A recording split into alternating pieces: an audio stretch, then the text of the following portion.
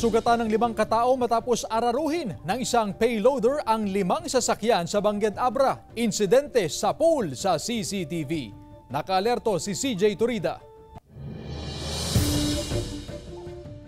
Makikita sa kuha ng CCTV ang pagdaan ng tricycle na sinundan ng puting mini dump truck sa Abra, Ilocos Sur Road sa Zone 5 Bangged Abra pasado alas 3 ng hapon noong July 16. Napatigil ang dump truck hanggang sa kita na ang pag-araro ng payloader sa tricycle, dump truck, nakaparadang owner type jeep at isang motorsiklo.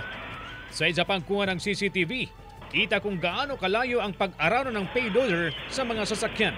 Isa pang motorsiklo ang nadamay at pumailalim sa dump truck. Sugatan sa aksidente ang 5 individual. Kabilang narito ang tricycle driver at kanyang pasahero, ang rider ng inararong motorsiklo at ang magkaangkas sa isa pang motorsiklo. Dinala sila sa ospital.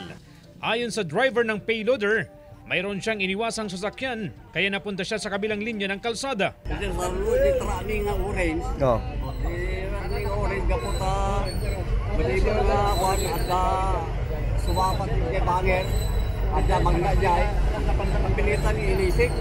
Pero taliwas ito sa investigasyon ng pulisya. Pero batay po sa aming pagre-review sa CCTV, sadya po talagang na-occupy niya lang yung 2 lanes na Abra, Ilocos Sur Road na dahilan po ng insidente. Dahil sa lakas ng impact, nagkayupi-yupi ang tricycle, owner type jeep at motorsiklo. Wala namang nasugatan sa sakay ng dump truck na ayon sa driver nito, nagulat na lamang ng paparating na ang payloader sa kanilang harapan.